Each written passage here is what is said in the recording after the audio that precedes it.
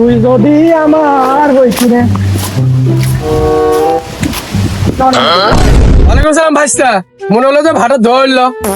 আরে চাচা না, আপনি ভুল দেখছেন। আরে ভাইস্তা, তোমাকে বয়সে থাকতে আমরা মেলা খাসি, দেখি আছে নাকি?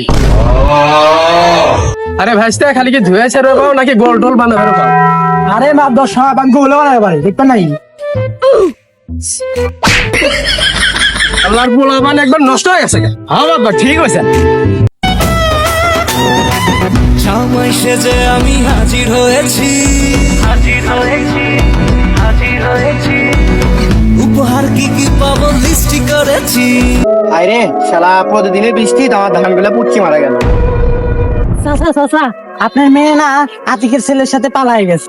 তুমি বলে কি খাও? কয়দিন আগে গেল মৌনের বেটার সাথে, এসে গেছে আবার আতিকের বেটার সাথে। নাও তো বাবাকে মাত ধরে সাহেব চলেন।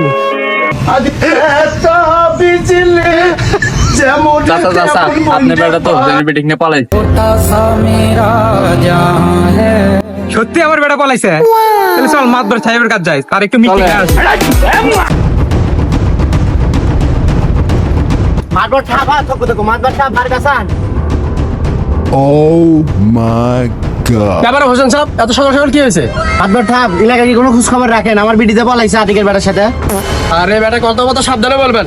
মাতবার ছাপ কি? মাতবার ছাপ। আচ্ছা ঠিক আছে মাতবার সাহেব, আপনার কাছে বিচার থাকলো, যেভাবে হোক আমার বিডিটাকে আমার হাতে তুলে দিন। আচ্ছা হোসেন সাহেব, ঠিক আছে, কিন্তু কথাবার্তা একটু সাবধানে বললেন।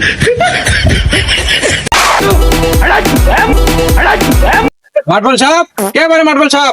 কোন শালা ডাক করতেছে রে? আরে আতিক সাহেব, বলেন। আরে মাতবর সাহেব, একটা খুশি সংবাদ আছে।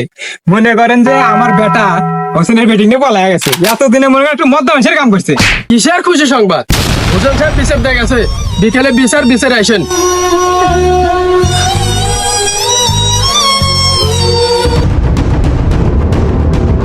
তাহলে হোসেন সাহেব বলেন, কি হয়েছে? কি আর কমু মাতবার সাহেব, আতিকের অবাত্তি বেটা আমার বিডিটাকে নিয়ে ভেঙে গেল, হইলে একটা খবর কথা। কয়েকদিন আগে মমিনের বেটার সাথে গেছে বললে, আজকে আবার আতিকের বেটার সাথে। শালা বিটির পরে আর পাইলাম না।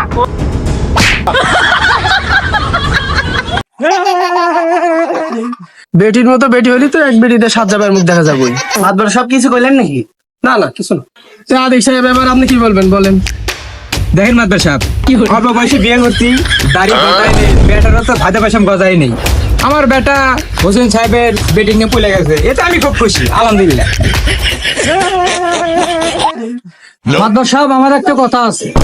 চুপ থাকো, পরে দেখতেছি। তো মা পায়েল, এখন তুমি কি কও? মাদ্র সাহেব, আপনি একটু ফাঁকে এসেন, আপনার সাথে একটু গোপনীয় কথা আছে। আচ্ছা মা, বলো কি কথা।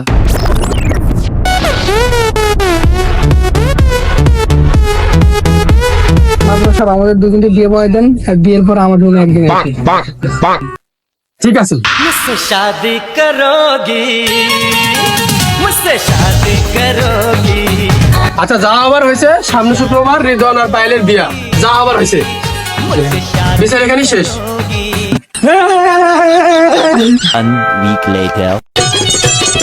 বন্ধু ফাও ফাও আর খাবি কতকাল, ও বন্ধু ফাও ফাও আর খাবি কতকাল।